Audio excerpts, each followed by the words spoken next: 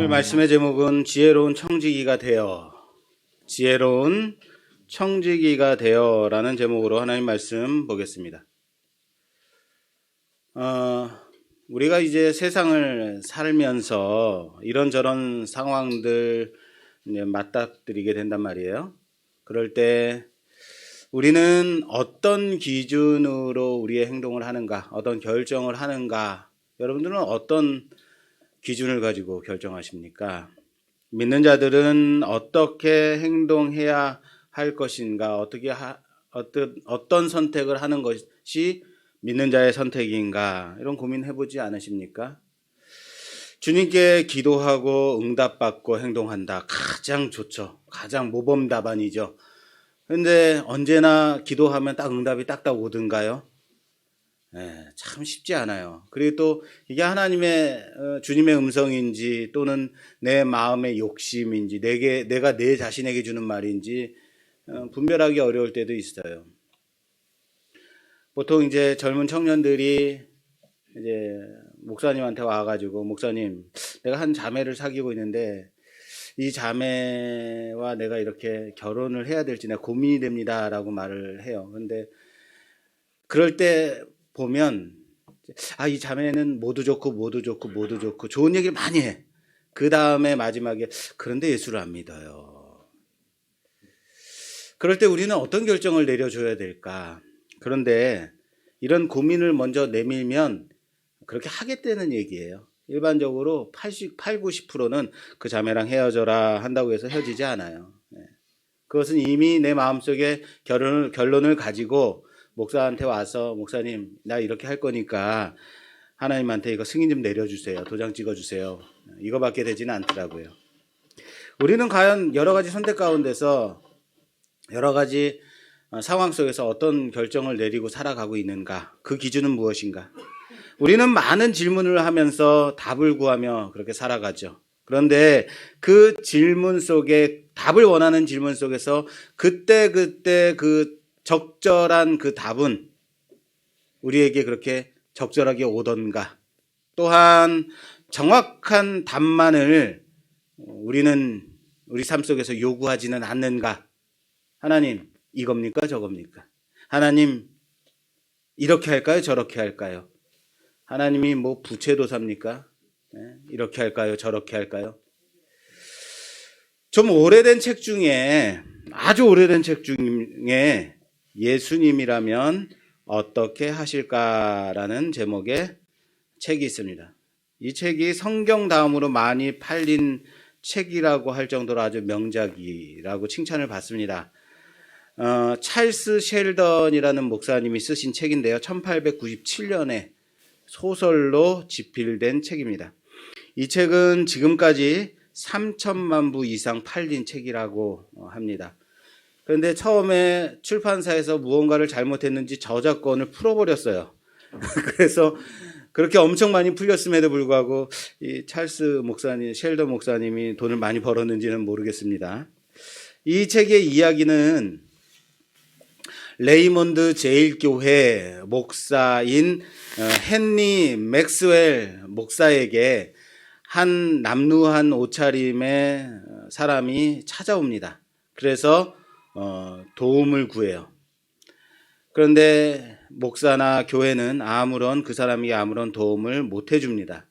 그리고 주일에 그 예배 드리는 그 자리에 지난번에 찾아왔던 그 실직한 남루한 한 사나이가 교회에 찾아옵니다. 그리고 회중 앞에 서서 자신은 이 기계공업이 발달함에 따라서 실직하게 되었다. 그리고 이 사회에는 아무런 도움이 되어주지 못하고 어두운 면이 있다라는 것을 말해요. 그리고 10개월 동안, 10개월 동안 실직 상태임에도 불구하고 아무런 도움을 받지 못하고 살아가고 있다. 이 시대의 암울함에 대해서 말한 후에 이런 말을 마지막으로 합니다. 여러분, 예수님이라면 어떻게 하실까요? 라는 말을 질문을 하고 쓰러져서 죽습니다. 이에 이제 충격을 받은 헨리 목사가, 소설 속의 주인공 헨리 목사가 예수님이라면 어떻게 하실까라는 서약 운동을 시작하게 돼요. 그리고는 언제나 내가 모든 행동하는 데 가운데 먼저 이 질문을 하겠습니다. 예수님이라면 어떻게 하실까? 그리고 그 교회에 있던 회중들이 이 서약에 동참하게 됩니다. 그 교회를 다니던 신문사의 사장이, 그리고 오페라 가수가, 그리고 목회자가, 그리고 귀족 부인이 자신의 삶 속에서 이 서약을 예수님이라면 어떻게 하실까라는 서약을 함으로써 어떻게 이 사회가 변화되어 가는지를 여러 에피소드를 통해서 보여주는 책입니다. 그리고 이 서약 운동으로 인하여서 그 시대가 어떻게 변화되어 갔는지를 보여주는 소설이죠. 우리는 단순한 답을 원해요. 이겁니까? 저겁니까? 이거 살까요? 저거 살까요? 그럼 오늘 설교를 저는 시작하면서 저는 여러분들에게 질문을 던지면서 시작하려고 합니다. 믿는 자라면, 교회 다니는 사람이라면 우리는 세상에서 어떻게 사는 자여야만 할까요? 어떻게 살아가는 자여야만 할까요?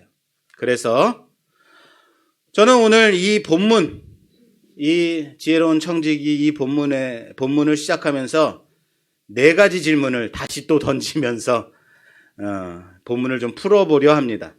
첫째, 주인이 오늘 본문에서 주인이 혼인집에 가는데, 그리고 언제 집으로 돌아올지 모르는데 종에게 너는 띠를 띠고 등불을 들고 문 앞에서 주인을 기다리고 서 있으라 라고 말합니다. 여러분, 이 명령이 과연 가능한 일입니까? 우리가 알아야 될 것은 유대인들의 혼인잔치는요, 최소한 일주일에서 한 달까지도 혼인잔치를 해요. 주인이 혼인잔치가 언제 끝나고 언제 어느 시간에 주인이 돌아올지 모르는데 문 앞에서 계속 등불을 들고 띠를 띠고, 그러니까 옷도 갈아입지 말고 자지도 말라는 거예요. 띠를 띠고 기다리고 있으라. 여러분이라면 이거 할 수 있겠습니까? 그냥 등 밝히고 너는 깨어 있어 줄을 반겨 맞아라. 아멘. 여러분 정말 그렇게 하실 수 있어요? 잠 안 자고? 둘째, 그런데 이렇게 기다리는데 주인이 왔어요. 주인이 와서 종을 칭찬해요. 그래, 수고했다. 그런데 이걸로 끝나지 않아요. 이제 들어가서 쉬어라 하면 될 텐데 그렇게 끝나지 않아요. 주인이 종을 칭찬하고 주인이 종을 자리에 앉히고 종을 수종든다고 해요. 이해가 되십니까? 정말 이런 주인이 있을까요? 이런 일이 일어날 수 있을까요? 종은 시키는 걸 한 것뿐이에요. 그리고 종이 기다리고 있는데 주인이 왔어요. 야, 너 참 잘했다. 그래, 이젠 들어와서 쉬어 하면 될 건데 너 이제 자리에 앉아. 이제는 내가 띠를 띠고 내가 너를 수종들게 한단 말이에요. 이해되십니까? 셋째, 베드로가 묻습니다. 주님, 이거 누구 들으라고 하시는 말씀이에요? 라고 물어봐요. 그랬더니 베드로가 묻는 이유는 이거죠. 주님, 이거 우리 들으라고 하는 말입니까? 아니면 모든 사람에게 하시는 말씀입니까? 라고 물어봐요. 그러면 그래, 너 들으라고 하는 얘기야. 너 좀 들어라 라고 말씀하시든지, 귀 있는 자는 들을지어다 하시면 될 거 아니에요. 누구냐? 너냐? 아니면 모든 사람이냐? 그런데 주님께서 갑자기 이렇게 주께서 이르시되 지혜 있고 진실한 청지기가 되어 주인에게 그 집 종들을 맡아 때를 따라 양식을 나누어 줄 자가 누구냐라고 되물으세요. 베드로에게 말씀하신 거예요? 아니면 모든 사람에게 말씀하신 거예요? 예. 근데 되묻고 계세요. 정말 모든 사람에게 하신 거예요? 예. 누구 들으라고 하시는 말씀일까요? 자, 넷째. 마지막 질문. 그리고 마지막 주인이 혼인잔치에서 돌아올 때까지 언제 올지 모르니까 띠를 띠고 등을 들고 문 앞에 서 있으라, 기다리고 있으라고 하시더니 이제는 주인이 종들에게 양식을 때를 따라서 나눠줄 자가 누구냐라고 예수님께서 말씀하세요. 주인이 올 때에 종이 그렇게 나눠주고 있는 것을 보면 그 종은 뭐하다? 복이 있다. 할렐루야. 네. 아멘이 나오신단 말이에요. 자, 두 가지가 지금 대치되는 상황이에요. 보세요. 지금 종은 두 가지를 들켜야 돼요. 하나는 주인이 올 때까지 등을 들고 서 있는 것을 들켜야 돼요. 그런데 주인이 왔어요. 그런데 그때 종은 또 뭐 하고 있어야 돼요? 다른 종들에게, 다른 어린 종들에게 양식을 나눠주고 있어야 돼요. 이거 종이 손오공입니까? 어느 장단에 춤을 춰야 되는 거예요? 우리는 오늘 이 비유를 보면서 크게 두 가지의 이제 상상되는 이제 이미지가 좀 떠올랐으면 좋겠어요. 자, 첫째, 허리에 띠를 띠고 등불을 들고 있으라라고 해요. 어떤 이미지가 떠오르십니까? 허리에 띠를 띠고 등불을 들고 서 있으라. 뭐요? 자, 허리에 띠를 띠고 서 있으라. 자, 이스라엘이 종살이 하던 애굽 땅에서 나오기 위해서 마지막 밤에 하나님이 죽음의 사자를 애굽 땅에 보내요. 그래서 모든 생명의 첫 것을 죽이시죠. 이때 이스라엘에게 명령을 내리셔요. 뭐라고요? 허리에 띠를 띠고 지팡이를 들고 그리고 급하게 유월절 음식을 먹으라. 그렇게 말씀하세요. 그렇죠. 이스라엘은 이제 떠나야 하는 자들인 거예요. 애굽 땅에서 떠나야 하는 자들. 그렇기 때문에 너희는 이 밥을 먹는데, 저녁 양식을 먹는데 어떻게 먹으라고요? 떠날 채비하고 준비하고 긴장하고 먹으라는 거예요. 그리고 이제 너희들은 뭐 해야 된다? 광야로 나가야 되는 자들이다. 애굽을 떠나서 광야로 나가서 40년간을 살아가야만 하는 자들이다라는 거예요. 이것이 연상되지 않으십니까? 네. 어쨌든 강요는 제가 해야 돼요. 이거 연상하십시오. 이 이미지를 통해서 우리가 봐야 되는 것이 있기 때문에 우리는 오늘 이 본문에서 깨어 있으라라는 것, 깨어 있으라, 너는 서 있으라, 준비하고 있으라, 긴장하고 있으라, 이것이 무엇인지를 이 이미지를 통해서 좀 적용해 볼 수 있다는 거예요. 분명 깨어서 등불을 들고 있으라라는 이 명령은 어떤 명령이다? 가능하다, 불가능하다? 불가능한 명령이에요. 일반적으로는 불가능해요. 그런데 주인이 오늘 올지 일주일 후에 올지 아니면 한 달 후에 올지 언제 어느 시간에 올지 모르는데 깨어 있으라라는 것은 과한 요구라라는 거예요. 우선 우리는 우리의 불가능성을 좀 고백했으면 좋겠어요. 이것은 우리로서는, 인간으로서는 할 수 있는 것이 아니다. 이것은 내가 할 수 있는 것이 아닙니다. 그래서 주님의 도우심이 필요합니다. 그렇다면 깨어 있다는 것은 육신적으로 진짜로 우리가 계속 그 자리에서 등불을 들고 서 있으라는 그 명령은 아닐 수 있다는 거죠. 이것은 뭐냐면 자세의 문제인 거예요. 자세의 문제. 긴장하고 준비하고 있으라는 것. 그런데 무엇을 준비하라는 것인가? 그 부분을 우리가 좀 생각해 봤으면 좋겠어요. 데살로니가 전서 좀 찾아주십시오. 엄지사님. 데살로니가 전서 5장. 데살로니가 전서 5장 1절에서 2절. 자, 봉독해 주세요. 데살로니가 전서 5장 1절에서 2절입니다. 형제들아, 때와 시기에 관하여는 너희에게 쓸 것이 없음은 주의 날이 밤에 도둑같이 이를 줄을 너희 자신이 자세히 알기 때문이라. 아멘. 자, 도둑같이 온대. 주의 날이 도둑같이 온대요. 그 날이 도둑같이 임하는 것이 오늘 본문 말씀에도 도둑이 나와요. 자, 오늘 본문 말씀 39절 너희도 아는 바니 집 주인이 만일 도둑이 어느 때에 잃을 줄을 알았더라면 그 집을 뚫지 못하게 하였으리라 라고 말씀하고 있단 말이에요. 갑자기 너는 깨어 있으라 라고 나를 맞아라 라고 말씀하시다가 집주인이 도둑이 올 줄 알았으면 그 집을 뚫지 못하게 할 것이다 라고 갑자기 말씀하세요. 그렇습니다. 오늘 이 비유는 주님의 재림의 날을 준비하는 우리 성도들의 자세를 말씀하고 있다라는 사실을 믿으시기 바랍니다. 도둑이 언제 올 줄 알았다면 미리 준비했을 것이다 라고 말씀하고 있는 거죠. 등을 들고 주인이 오실 그 때를 준비하는 것과 집주인이 도둑을 준비하는 것과 예수님이 다시 올 그 재림의 날을 기다리는 것이 모두 다 같은 마음의 자세를 가지고 있어야 된다라는 말씀을 하고 있다라는 거예요. 그리고 데살로니가전서 5장 말씀을 계속해서 이어서 보겠습니다. 3절에서부터 6절까지 좀 봉독해 주세요.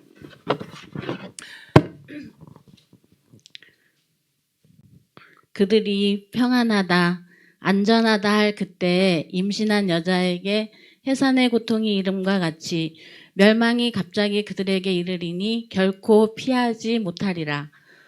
형제들아, 너희는 어두움에 있지 아니하매 그날이 도둑같이 너희에게 임하지 못하리니 너희는 다 빛의 아들이요 낮의 아들이라. 우리가 밤이나 어두움에 속하지 아니하나니 그러므로 우리는 다른 이들과 같이 자지 말고 오직 깨어 정신을 차릴지라. 아멘. 아멘. 우리가 깨어 있어야만 하는 그 당위성, 그 깨어 있을 수 있는 것은 우리는 낮에 속한 자들이기 때문이다 라고 말하고 있어요. 할렐루야. 우리는 낮에 속한 자들이라는 사실을 믿으시길 바랍니다. 우리는 빛의 아들이요 낮의 아들이다 라는 거예요. 그래서 깨어 있는 자여야 한다 라는 거예요. 그런데 게다가 형제들아 너희는 어둠에 있지 아니하매 그 날이 도둑같이 너희에게 임하지 못하리니 라고요. 깨어 있어야만 하는 줄 알았어요. 깨어 있어야만 하는, 내가 깨어 있어야지 하는 줄 알았는데 그 날이 도둑같이 너희에게 임하지 못한다라고 말하고 있어요. 왜요? 도둑같이 임하지 못한다.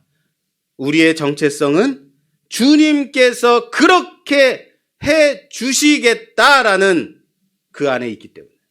우리는 낮에 속했기 때문에 낮에는 도둑이 오지 못한다라는 말씀이에요.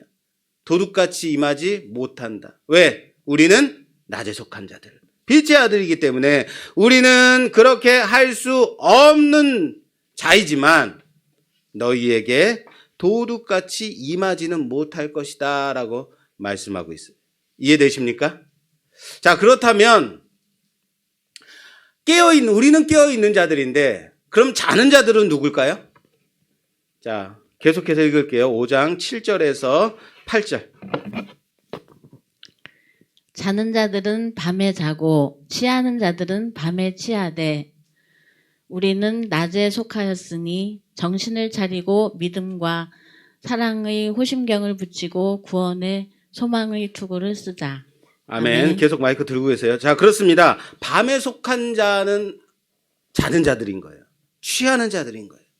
밤에 속한 자는 밤의 일을 하는 거다라는 거예요. 왜요? 그게 그들의 정체성이기 때문인 거예요. 밤에 있으니까 도둑이 밤에 몰래 와서 모든 것을 다 털어간다라는 거예요. 밤에 속하면. 자, 그리고 마지막으로 9절에서 10절 보겠습니다. 봉독해 주세요. 하나님이 우리를 세우심은 노하심에 이르게 하심이 아니요 오직 우리 주 예수 그리스도로 말미암아 구원을 받게 하심이라. 예수께서 우리를 위하여 죽으사 우리로 하여금 깨어있든지 자든지 자기와 함께 살게 하려 하셨느니라. 아멘. 바로 이 말씀 때문에 여기까지 좀 긴 본문을 우리가 함께 본 겁니다. 자, 우리가 깨어 있든지 자든지 이젠 중요하지 않다라는 거예요. 왜요? 항상 깨어 있는 것은 불가능한 거예요. 사람으로서는 불가능하지만 이제는 예수와 함께 살게 하려 합니다. 예수와 함께 살게 하려 합니다. 뭡니까? 종이 주인이 오시기까지 등불을 들고 기다린다. 등불은 밤으로 인정하지 않고 낮에 일을 하겠다라는 거 아니겠습니까? 잠들지 않고 깨어 기다리는 거다라는 거예요. 그러나 그리스도께서 우리를 위하여 죽으심으로 말미암아 우리는 자나 깨나 항상 주님으로 인하여서 사는 자들이다라고 말씀하고 있다는 사실을 믿으시기 바랍니다. 도저히 내 힘으로는 온전하게 깨어 있을 수 없는 거예요. 깨어만 있을 수 있는 건 아니에요. 그러나 이것을 이제는 주님으로 인하여서 자든지 깨든지 항상 주님으로 말미암아 살고 있는 자들이라는 사실을 고백하시기를 바랍니다.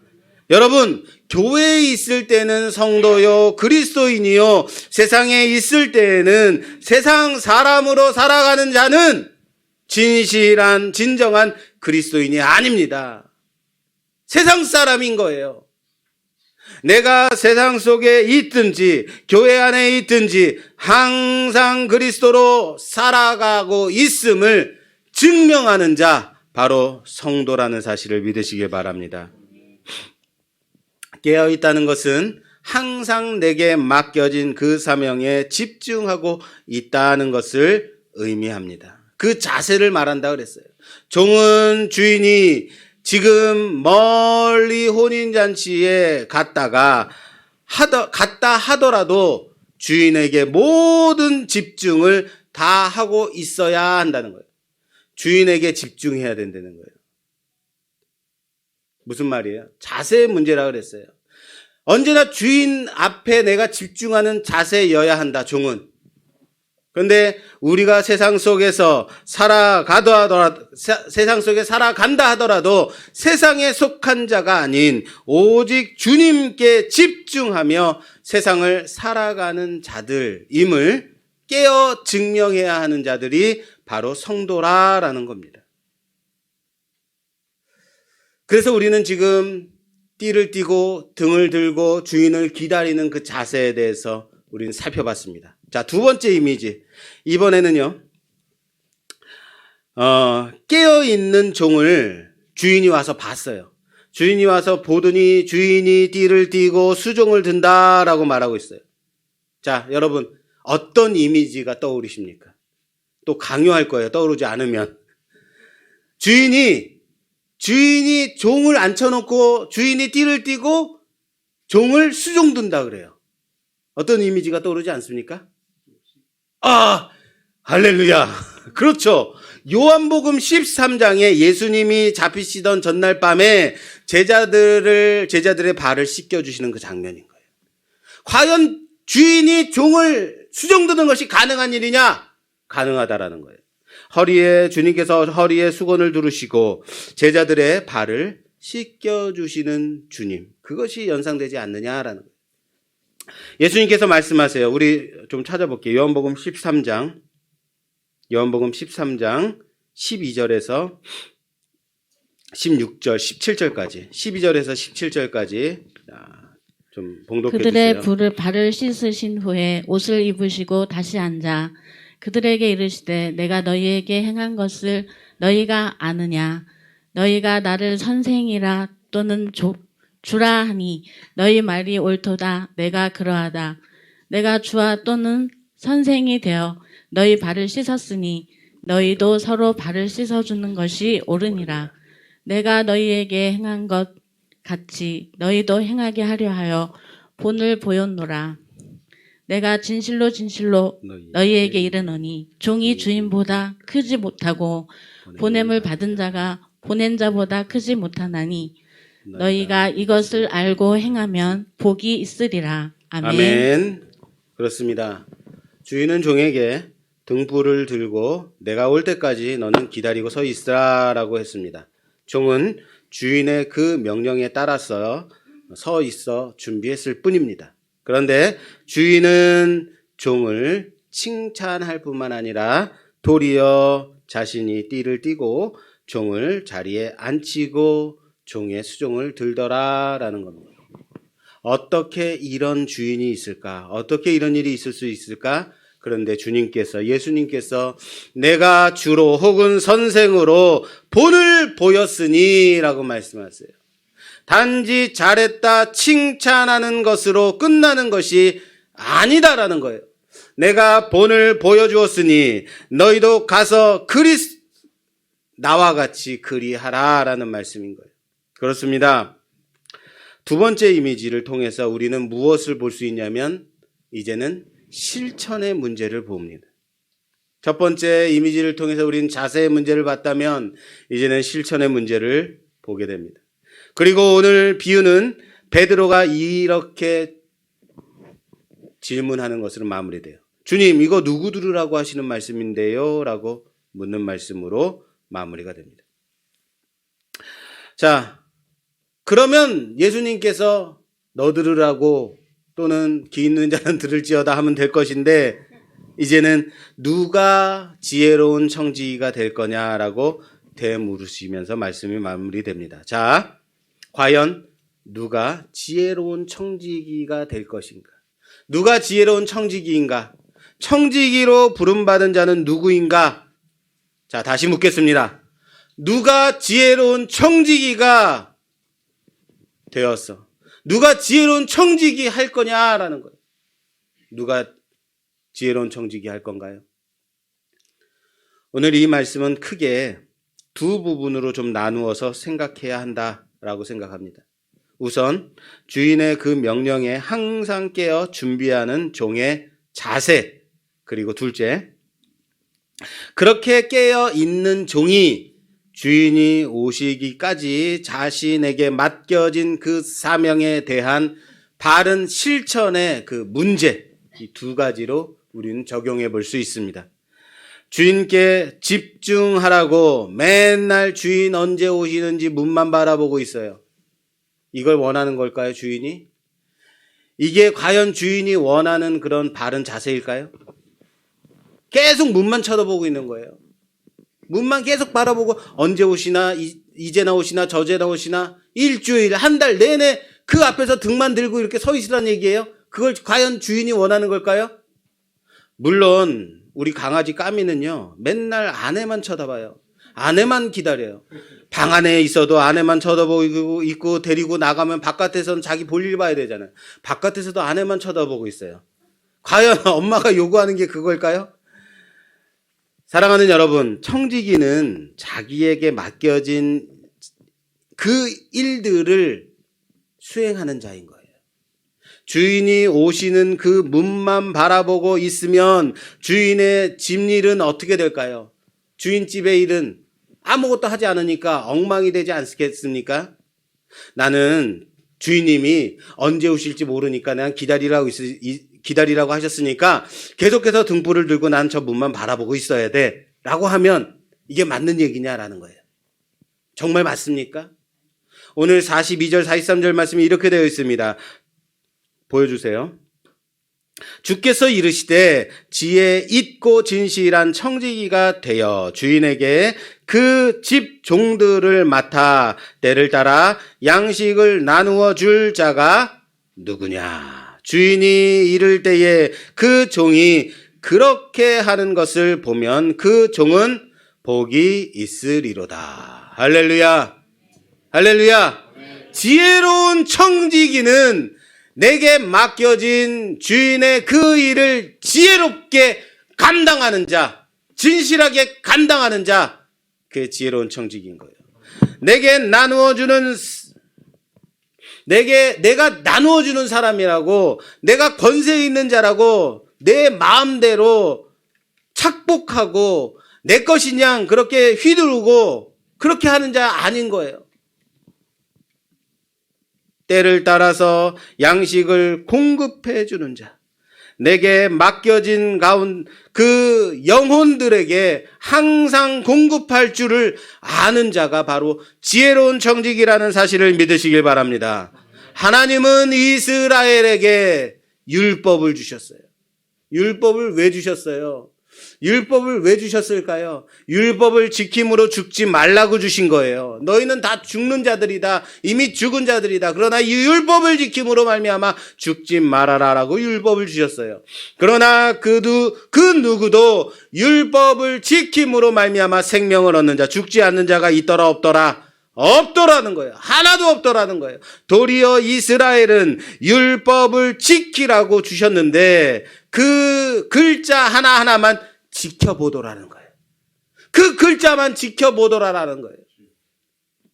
그 율법 받은 백성이라고 의시되기만 하더라는 거예요. 율법의 참 의미를 실천하지 못하는 자들이다라는 거예요. 그 율법 가운데서 자신들의 죄를 깨닫고 발견하고 고백하고 인간의 불가능성을 인정하고 자비하신 하나님의 그 은혜를 바라보지 못하더라라는 거예요. 율법에 수많은 조항들이 있습니다. 지켜야 한다, 하지 말아야 한다, 수많은 그런 조항들이 있습니다. 이것을 함축한 것이 바로 십계명이죠. 그리고 그 십계명을 다시 정리하면 하나님 사랑, 이웃 사랑인 거예요. 하나님을 사랑하는 자는 그가 하나님께서 주신 그 율법을 지키는 자여야만 합니다. 그 율법을 지키는 자는 이웃을 사랑하는 자인 거예요. 그러나 이스라엘은 하나님을 사랑한다 하면서 그 율법을 눈앞에 두고 누가 훔쳐가지 않는가, 누가 훔쳐보지 않는가 두는 부릅뜨고 서 있기만 하더라라는 거예요. 너는 깨어있어. 문 앞을 지키고 있으라 그랬더니 문만 지키고 있더라라는 거예요. 무슨 말인지 이해되세요? 하나님을 사랑하고 그분만 경외하는 것은 그리스도로 인하여서 항상 깨어있는 신앙의 자세여야만 한다라는. 그러면서 또한 내게 맡겨진 그 사명을 충성되이 감당하는 삶을 살아가는 사람, 바로 지혜로운 청직이라는 사실을 믿으시기 바랍니다. 그렇습니다. 성도의 깨어있음은 내가 살아있는 자이기 때문에 깨어있을 수 있는 게 아닙니다. 다시요. 깨어있을 수 있는 것은 내가 살아있기 때문에 깨어있는 것이 아니에요. 예수 그리스도로 인하여서 내가 낮에 속한 자, 빛에 속한 자로 내 안에 예수 그리스도의 생명이 있어서 깨어있을 수 있음을 고백하는 우리가 되기를 주님의 이름으로 축원합니다. 내가 깨어있다면 깨어있는 것으로 만족하는 것이 아니라 그렇게 눈 부릅뜨고 무섭게 지켜보고만 있지 말고 주님이 내게 원하시는, 내게 맡기신 그 영혼들을 돌보며 내 삶 속에서 충성을 다하는 삶을 실천으로 요구되어진다라는 사실이에요. 여러분, 지혜로운 청지기가 그럼 누굴까요? 목사니까 청지기인가요? 교사니까, 장로니까, 집사, 권사니까 청지기인가요? 누가 지혜로운 청지기로 주인의 종에게 양식을 공급할 자, 손들고 나설 건지 오늘 그 그리스도인으로서 지혜로운 청지기로 감당하겠다고 결단하는 우리가 되기를 주님의 이름으로 부탁합니다.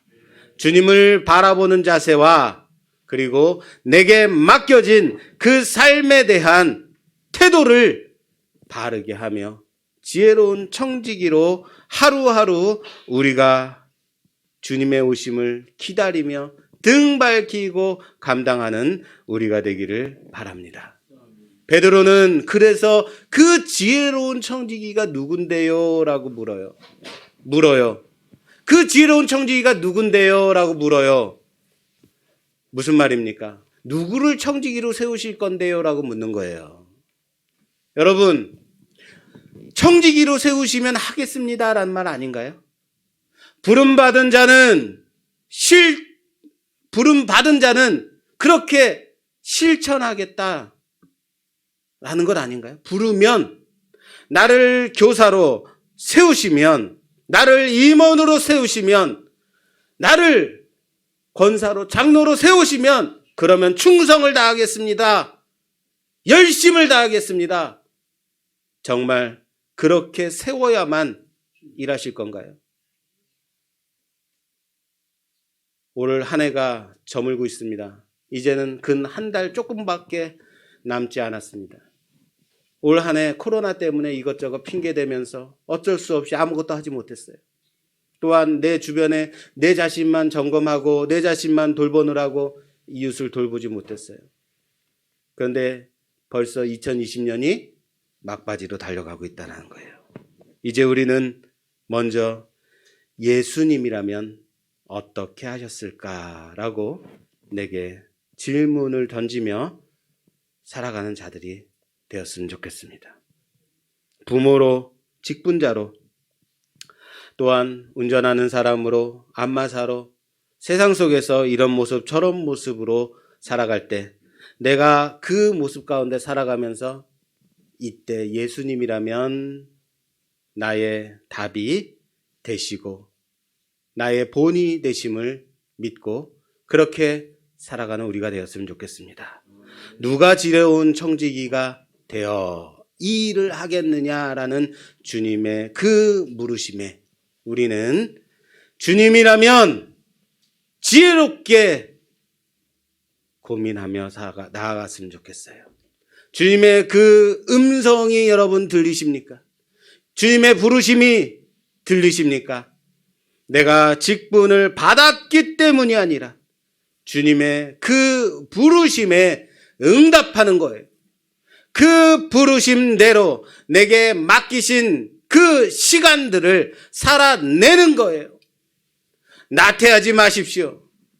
허리에 띠를 띠고 지혜로운 청지기로 그렇게 베풀며 공급하며 감당하며 살아가는 우리가 되기를 주님의 이름으로 축원합니다. 우리의 삶 속에서 수많은 상황과 많은 케이스들 가운데서 많은 질문들이, 많은 선택들이 있을 거예요. 이럴 때는 과연 주님이라면 어떻게 하셨을까? 그 상황 속에서 이 질문을 던지며 주님이라면 어떻게 하셨을까? 나만 예수 믿는 자, 나만 배부른 자로 그렇게 구원받은 자로 만족하고 주님 오실 날만 기다리는 자가 아니라 이젠 내게 맡기신 시간들, 내게 맡기신 그런 영혼들, 지혜로운 청지기가 되어 주님이라면 어떻게 하셨을까? 주님의 그 실천을, 주님의 그 본을 닮아가는 우리가 되기를 주님의 이름으로 축원합니다. 지혜로운 청지기가 되어 주의 말씀을 전하는 우리 모두가 되기를, 삶 속에서 전하는 우리 모두가 되기를 주님의 이름으로 축원합니다. 축원합니다.